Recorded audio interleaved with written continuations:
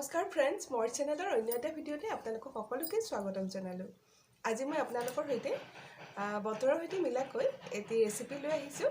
ৰেচিপিটো হৈছে সজনাৰ চৰচৰি। এইটো সময়ত সকলোৰে ঘৰতে সজনা থাকে, গতিকে মোৰ নিচিনাকৈ এবাৰ ৰান্ধি চাবচোন কেনেকুৱা লাগে, আৰু আপোনালোকৰ অভিজ্ঞতা মোৰ লগত শ্বেয়াৰ কৰিবলৈ নাপাহৰিব।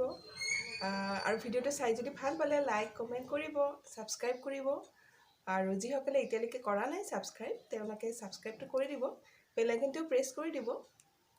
বলক তেনেহ'লে মই ৰেচিপিটোলৈকে আগবাঢ়োঁ। ইয়াৰ বাবে মই সজনা আৰু আলু খৰাহি এটাত লৈ লৈছোঁ। আলু দুটা লৈছোঁ ডাঙৰ চাইজৰ,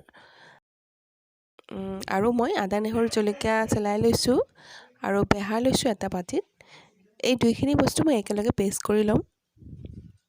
আৰু এতিয়া মই সজনাকেইডাল দীঘল দীঘল চেপত কাটি পেলাম।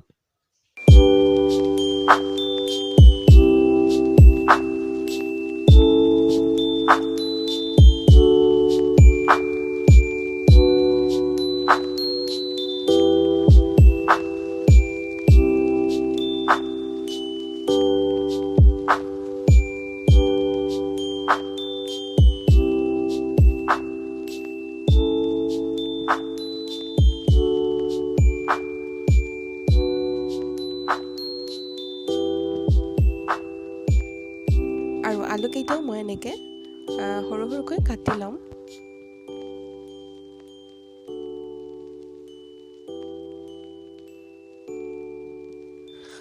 আৰু এতিয়া মোৰ সজনা আলুখিনি কটা হৈ গ'ল। এতিয়া মই এইখিনি ধুই পেলাম। এয়া ধুই পেলাইছোঁ ভালদৰে, আৰু এইখিনি মই পেষ্ট কৰি ল'ম একেলগে। বিলাহী এটাও ইয়াতে এড কৰি দিম। এতিয়া পেষ্টটো ৰেডি হৈ গ'ল। এতিয়া মই কেৰাহী এখন গেছত পাতি লৈছোঁ। কেৰাহীখন গৰম হৈছে, আৰু মই ইয়াতে মিঠাতেল দি দিম। আৰু মিঠাতেলত মই অকণমান গোটা জিৰাও দি দিলোঁ।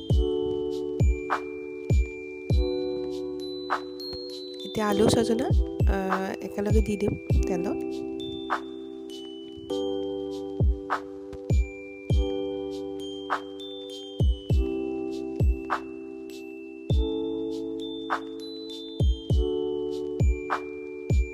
এতিয়া মই হালধি গুড়ি আৰু নিমখ ইয়াতে দি দিম।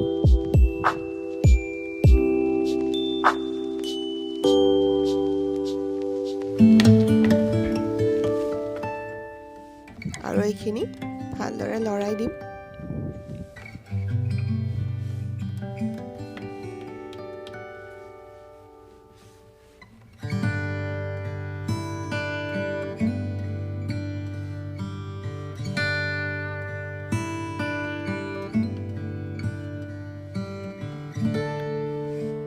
আৰু এতিয়া এইখিনি ঢাকনি মাৰি সিজিবলৈ দিম। 5 মিনিটমান পিছত মই ঢাকনিখন গুচাই চাম। ভালদৰে সিজা নাই, আধা সিজা হৈছে। আৰু এইখিনি সময়তে মই আগতীয়াকৈ ৰেডি কৰি থোৱা সৰিয়হ আৰু আদা নহৰুৰ পেষ্টটো ইয়াতে দি দিম।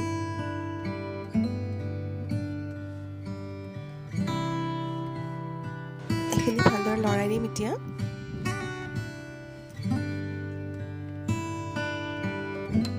ধুনীয়াকৈ মিক্স কৰি দিলোঁ।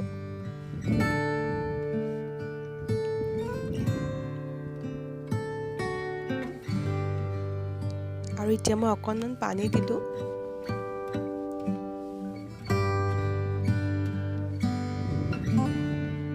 আৰু এতিয়া মই আকৌ ঢাকনিখন মাৰি ভালদৰে সিজিব দিম। মাজে মাজে ঢাকনিখন গুচাই চাম, আৰু অলপমান লৰাই দিম। আকৌ অলপমান সময় সিজিবলৈ টাইম লাগিব, গতিকে মই আকৌ ঢাকনিখন মাৰি প্ৰায় 10 মিনিটমান সময় সিজিব দিলোঁ। এতিয়া কুক হৈছে ধুনীয়াকৈ। সজনা আলু ধুনীয়াকৈ সিজিছে, আৰু আলু কেইপিচমান মই ভাঙি দিয়াৰ নিচিনাকৈ দিলোঁ।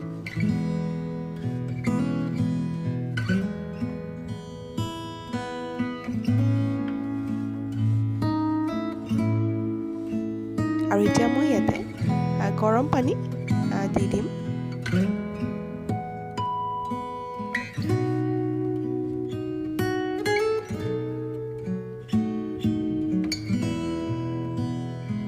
আকৌ অকণমান পানী দিলোঁ মই।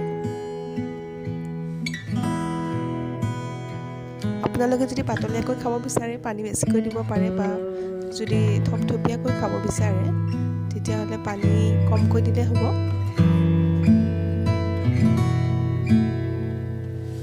এতিয়া এইখিনি ভালদৰে উতলিবলৈ দিম। মাজে মাজে লৰাই দিম।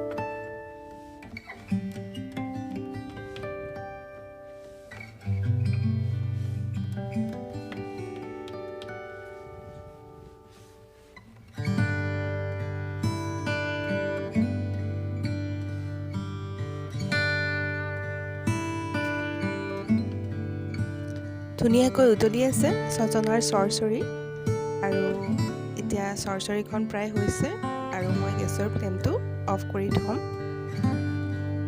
আৰু মই প্লেট এখনত ছাৰ্ভ কৰি ল'ম। এনেধৰণে বনোৱা ছজনাৰ চৰচৰিখন খাবলৈ বহুত টেষ্টি হয়। আমিতো সকলোৱে ছজনাৰ চৰচৰি খাই ভালেই পাওঁ, কিন্তু সকলোৰে বনোৱাৰ পদ্ধতিবোৰ বেলেগ বেলেগ হয়। যদি মই যিটো পদ্ধতিৰে বনালোঁ সেইটো পদ্ধতিত যদি আপোনালোকে খাই পোৱা নাই এবাৰ হ'লে এনেকৈ বনাই খাই চাব আৰু কেনেকুৱা লাগিল মোক কমেণ্টত জনাবলৈ নাপাহৰিব। এইটো বতৰত সকলোৰে ঘৰত ছজনা থাকেই, গতিকে এবাৰ বনাই চাবচোন এনেদৰে। মোৰ এই ছজনাৰ চৰচৰিখনৰ ৰেচিপিটো চাই যদি আপোনালোকে অলপ হ'লেও ভাল পালে তেন্তে মোৰ ভিডিঅ'টোত লাইক কমেণ্ট শ্বেয়াৰ কৰিব আৰু লগতে যিসকলে ছাবস্ক্ৰাইব কৰা নাই এতিয়ালৈকে তেওঁলোকে ছাবস্ক্ৰাইবটো কৰি দিব। লগতে বেল আইকনটো প্ৰেছ কৰি অল কৰি থ'ব যাতে আহিবলগীয়া ভিডিঅ'বোৰৰ ন'টিফিকেশ্যনবোৰ আপোনালোকে পাই থাকে। মোৰ ভিডিঅ'টো শেষলৈকে চোৱাৰ বাবে আপোনালোকক বহুত বহুত ধন্যবাদ জ্ঞাপন কৰিলোঁ। তেনেহ'লে আকৌ এটা নতুন ভিডিঅ'ৰ সৈতে লগ পোৱাৰ আশা থাকিল। আজিলৈ এৰিলোঁ।